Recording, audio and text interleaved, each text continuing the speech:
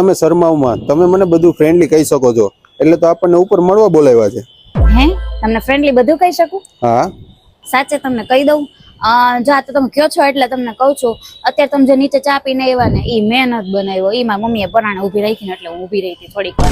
તો તમને જમવાનું બનાવતા આવડે છે કે નથી આવડતું? એટલે ધારું તો હું 56 ભોગઈ બનાવી શકું, પણ તમે એવી દૂર દૂર સુધી કે ગણતરી ન રાખતા, કારણ કે મને જરાય કિચનમાં ગમે જ નહીં. ખોટું શું કેવું?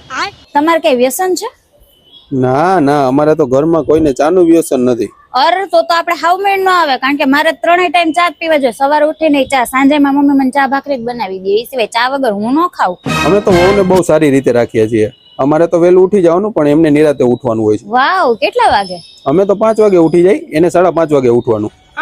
5:30 વાગ્યામાં કોણ ઉઠે? હું તો 10 વાગ્યા સુધી આંખે નથી ખોલતી. અને હા, એક ખાસ તમને કહી દઉં, મારા થોડાક નિયમો છે અમુક.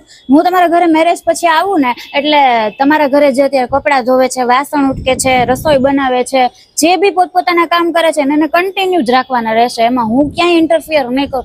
મારા મમ્મીને કે મારા પપ્પાને એવું જરાય ન ગમે કે મારી દીકરીના લીધે કોઈ પોતાનું કામ બંધ કરે. એટલે મારાથી એવું નહીં થાય, ખોટું તમને ક્યાં કેવું મારે. એટલે અને હું જોઈ જ ન શકું એવું પહેલા તો. એટલે પ્લીઝ તમે લોકો તમારું કન્ટિન્યુ કરજો.